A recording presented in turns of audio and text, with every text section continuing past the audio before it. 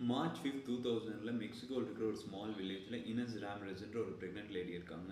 அவங்களுக்கு ஒரு டைமில் வந்து ப்ரெக்னென்சி பெயின் வருது. அன்ஃபார்ச்சுனேட்டாக அது ஒரு சின்ன கிராமன்றதுனால அங்கே வந்து ஹாஸ்பிட்டல் ஃபெசிலிட்டிஸும் இல்லை. அவர் ஹஸ்பண்டும் அந்த நேரத்தில் அங்கே இல்லை. அவங்க என்ன பண்ணுறதுன்னு தெரியாமல் யோசிச்சுக்கிட்டே இருக்காங்க. ஒரு டைமுக்கு மேலே ப்ரெக்னென்சி பெயின் அதிகமாக போயிருக்கு. ஸோ இதுக்கு மேலே விட்டால் வேலைக்கு ஆகாது அப்படின்னு சொல்லிட்டு அவங்களே அவங்களுக்கு வந்து ஆப்ரேட் பண்ணிக்கணும்னு டிசைட் பண்ணிக்கிறாங்க. ஸோ நேராக அவங்க வந்து உள்ள வீட்டுக்குள்ளே போய் ஒரு ஆல்கோஹால் இருக்குது, அது வந்து ஒரு 3 கிளாஸ் ஆல்கோஹால் எடுத்து குடிச்சிக்கிறாங்க. அப்புறம் கிச்சனுக்குள்ளே போகிறாங்க. ஒரு பெரிய சிசர் எடுத்துக்கிட்டு அவங்களே அவங்களுக்கு ஆப்ரேட் பண்ணிக்கணும்னு நினச்சிக்கிறாங்க. கொஞ்ச நேரம் கழிச்சு ஒரு 3 அட்டம் ட்ரை பண்ணுறாங்க. யோசிச்சு பாருங்களேன் அந்த ஒரு சுச்சுவேஷனில் எப்படி இருக்கும்னு.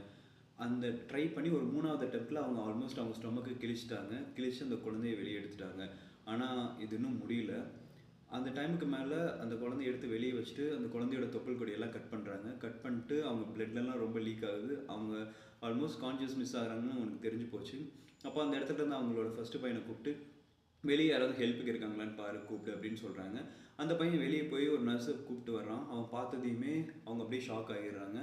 அவங்க ஒரு கார் அரேஞ்ச் பண்ணி ஹாஸ்பிட்டலுக்கு போகிறதுக்கான ஏற்பாடெலாம் பண்ணுறாங்க. ஆனால் அந்த ஹாஸ்பிட்டல் ரீச் ஆகிறதுக்கு 8 மணி நேரம் ட்ராவல் ஆகும். எல்லாருமே டிசைட் பண்ணிட்டாங்க, ஆல்மோஸ்ட் அங்கே கதை முடிஞ்சு, இவ்வளோ தான், எதுக்கு இந்த டிசிஷன் எடுத்தாங்க அப்படின்னு தெரில அப்படின்ட்டு. ஆனால் அவங்க அந்த ஹோப்பை விடலை.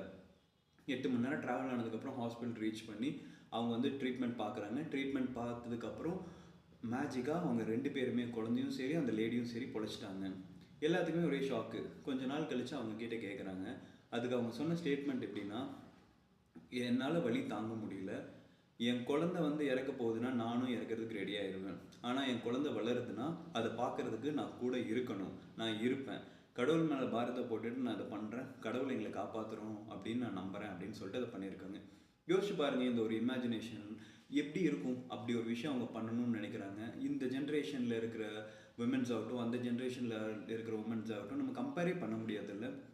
ஒவ்வொரு நேரமுமே அவங்க வந்து எல்லாத்தையும் விட நாங்கள் ஒரு ஸ்டெப் மேலே அப்படின்னு அவங்க ஆக்ஷன்ஸ்லேயும் சரி, ஒரு சில விஷயத்துலையும் சரி ப்ரூவ் பண்ணிட்டு தான் இருக்காங்க.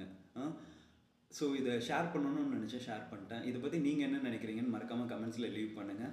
பாய். இன்னொரு நல்ல வீடியோவில் பார்க்குறேன்.